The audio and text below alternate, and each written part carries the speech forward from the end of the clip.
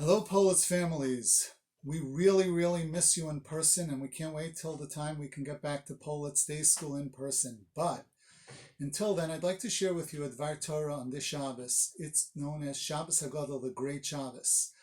This Shabbos, the Jews were commanded in Egypt to go ahead and take a lamb, take a korban Pesach, and tie it up to their bedpost.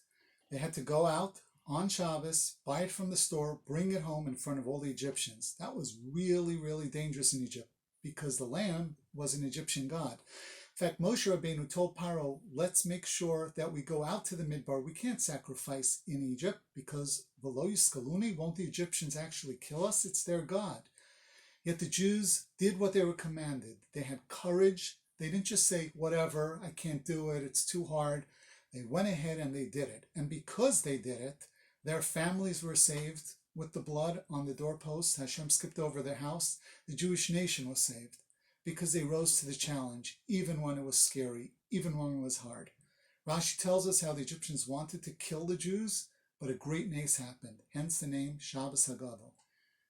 The message to me, and for you, all of us, is that we count.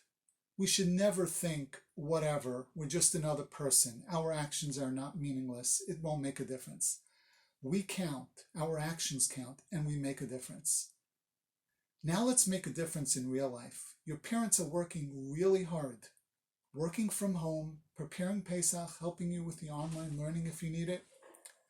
Help them out. Reach out. Ask them, what can I do for you? How can I help with my siblings? How can I help clean the house? How can I help do jobs that make it easier for you? There's also another thing that we can do. In the days of David HaMelech, there was a plague, and he instituted making 100 brachos a day, and then the plague stopped because David HaMelech said, the Jews brought Hashem into their lives. We recognize his greatness and how everything comes from him. We're going to institute such a contest beginning on Monday. Stay tuned. One final thing. The calendar days that we're experiencing Pesach this year with Shabbos HaGadol on the 10th of Nisan and Pesach on Thursday, that's the same exact way it happened in Mitzrayim. There's another similarity. Just like in Mitzrayim, they had to stay in their house. They were told, Ish me Pesach beito lo yotzei, you can't go out of your house. So too, we're commanded by the doctors and our rabbis, stay in your house. No grandparents, no guests, nothing. We have to stay only us and Hashem. Is that a coincidence? Or is this perhaps something more?